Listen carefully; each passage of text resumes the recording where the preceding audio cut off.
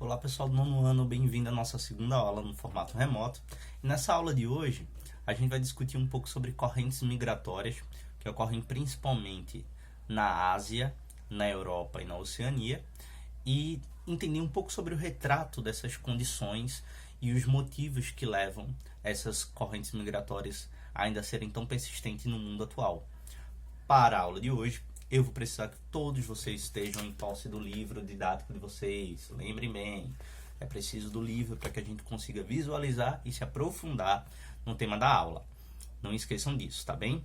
Então vejam, só para a gente recapitular, correntes migratórias diz respeito às migrações, que são esses deslocamentos de pessoas de forma forçada ou não.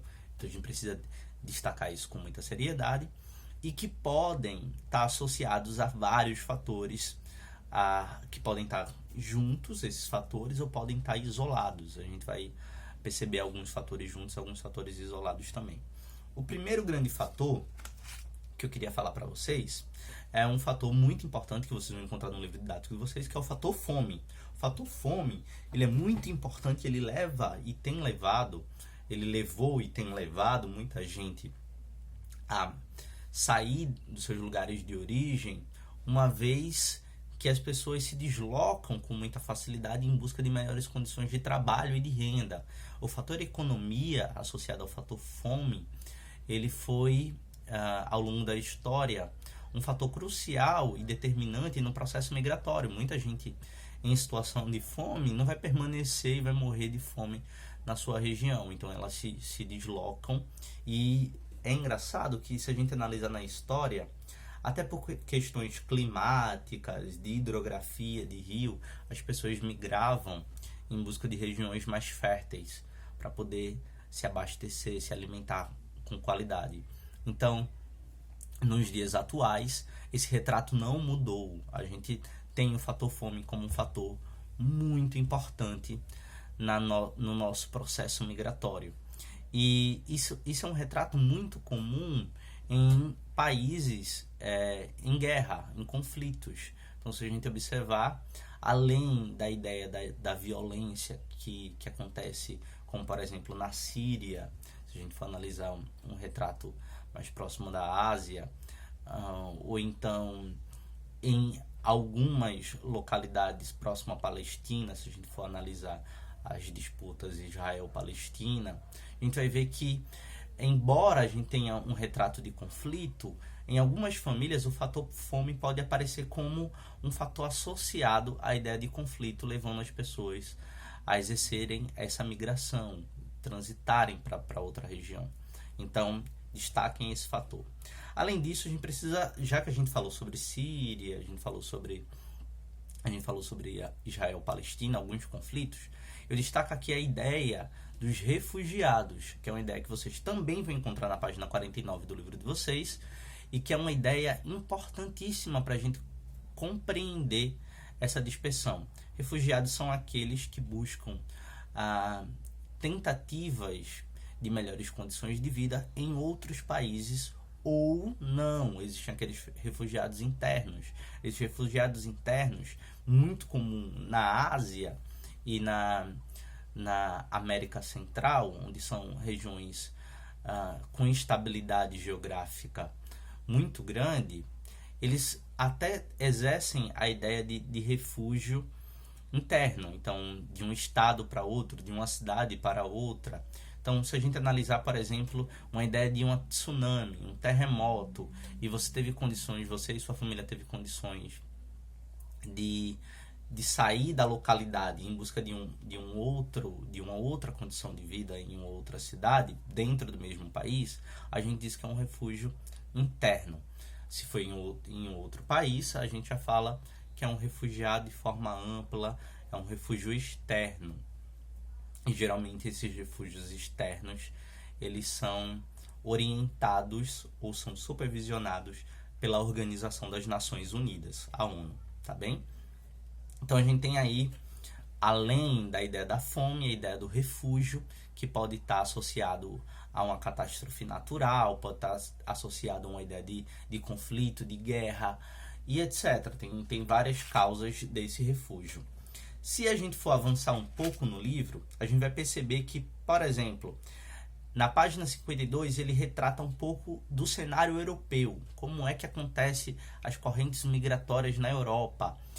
Boa parte dessas correntes migratórias são de jovens em idade universitárias que acabam se deslocando na tentativa de ingressar na universidade que tenha mais o perfil em outro país, ou uma ideia também de troca de mão de obra de trabalho grandes. A Europa é um grande cenário de multinacionais, de transnacionais, onde as pessoas acabam sendo incorporadas de outros países também, ou na tentativa de se adaptar a outra cultura, a outro clima. Tem pessoas que não se adaptam tão bem ao clima de origem, acabam transitando de acordo com a Europa.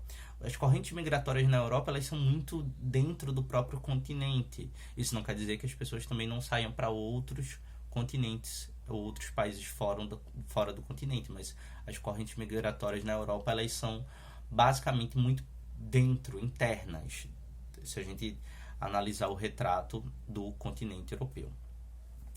Já a ideia de tensões e conflitos, se a gente for analisar na Ásia, ela faz com que muita gente se aproxime do continente europeu, por uma questão de proximidade e por uma questão de oportunidade. Então, as pessoas se deslocam. Vou dar um exemplo novamente do retrato da Síria.